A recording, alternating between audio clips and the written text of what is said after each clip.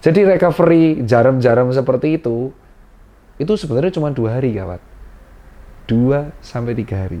Hebatnya tubuh manusia tuh seperti itu, nggak perlu dipijet. Welcome to Peng Peng Peng.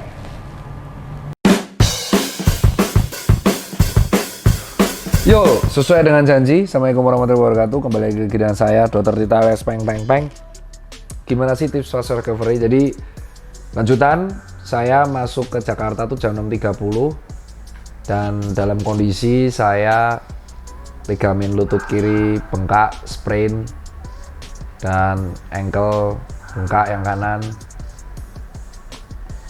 luka-luka di siku, tangan, lengan, bahu, lutut, baiklah. Sampai 7.30 yang saya lakuin jelas mandi, bos.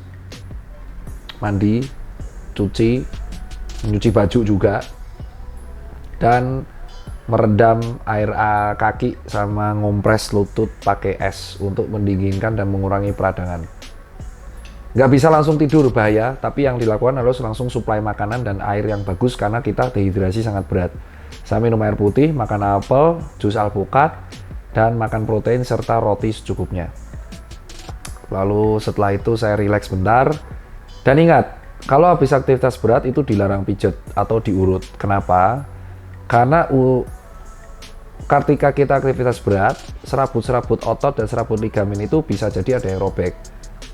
Ketika Anda pijet atau urut, itu yang terjadi adalah tambah lama tambah robek.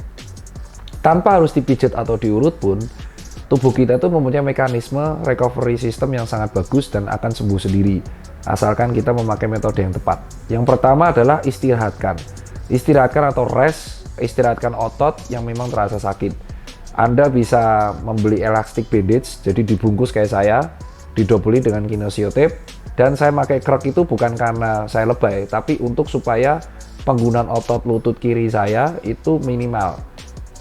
Dan saya setelah itu saya tidur itu baru jam 10 pagi, saya bangun jam 2 siang. Setelah itu saya makan makanan lagi, dan saya tidak melakukan aktivitas berat. Yang kedua adalah ice, kompres otot yang sakit dengan air dingin. Itu untuk mengurangi inflamasi atau peradangan. Kecuali kalian naik gunung.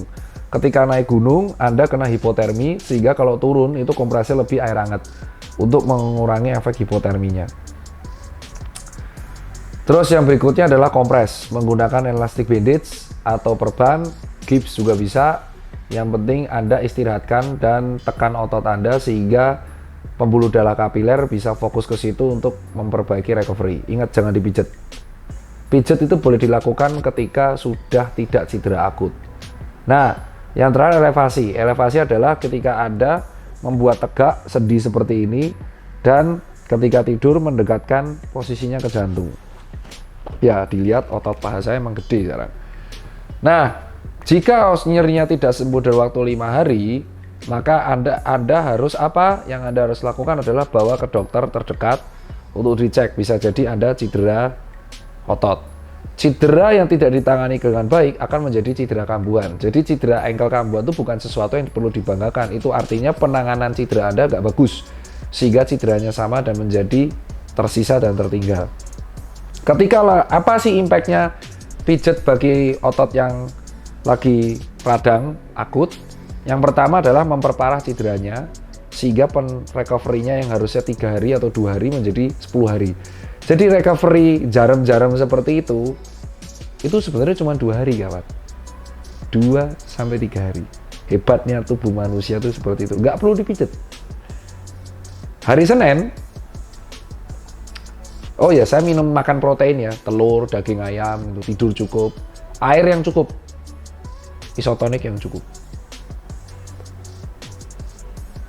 Senin saya udah goes lagi pakai Samsung. Selasa saya goes lagi tadi 32 kilo. Besok saya Jakarta Jogja di Rebu. Itu tips fast recovery saya. Jadi makanan yang cukup, minum yang cukup, rehat yang cukup, dan metode yang cukup.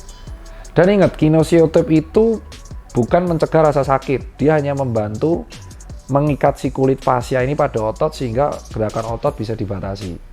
Tapi kalau sakit, habis kinesio tambahin pakai elastic bandage. Cara pakainya di YouTube. Jadi bukan tempel tapi mengikat sendi-sendi yang rentan untuk bergerak fasianya.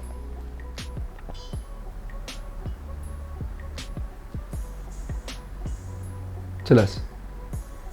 Itu T-fase recovery-nya. Rest, ice, kompres, elevasi.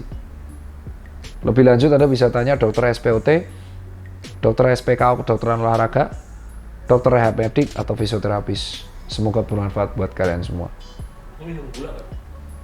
Oh, buat apa ya? Setelah banyak minum gula. Enggak. Ya minum air secukupnya. Saya minum air secukupnya, bukan minum gula, bos. Kita tuh dehidrasi. Dehidrasi ya kasih air lah. Kalau gula ya disupport dari makanan lah, roti coklat. Cukup saya. Kalau ada yang merasa lebih tahu dari saya, berarti dia lebih hebat. Saya kuliah 6 tahun aja kayak gini. Berarti orang itu lebih jago dari seorang dokter.